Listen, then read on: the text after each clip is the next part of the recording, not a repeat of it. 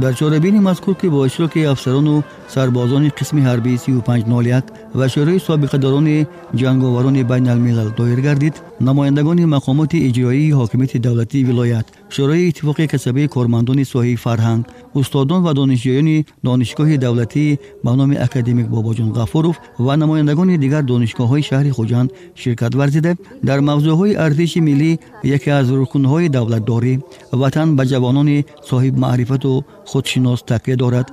حامیان کشوریم و تحت فرمان صف میکشیم. نقش ارتش ملی در تربیت جوانان و ارتش ملی کفیل امنیت ملت معروضه ها شنیده شدند.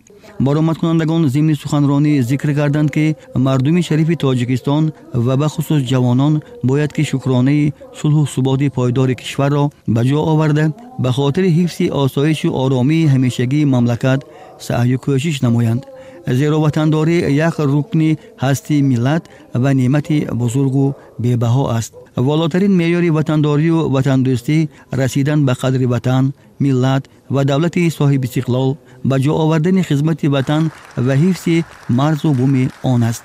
همچنین تاکید گردید که مردم تاجیک در سیمای قوه‌های مسلح حامی و محافظان خود را می‌بینند و با تکیه به این نیروی صادق به وطن و ملت روند بنیادکاری و سازندگی سرزمین اجدادیمان را وسعت بخشیده ایستادند، زیرا برکت زندگی و آسودگی روزگار مردم محض از تنجی و آرامی و صلح و ثبات وابسته می باشد.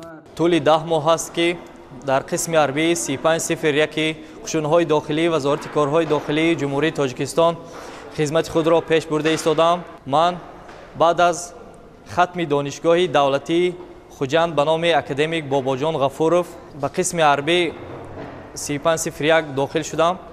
به تمام جوانان جمهوری تاجیکستان گفتنیم که ما جوانان آینده تاجیکستانیم.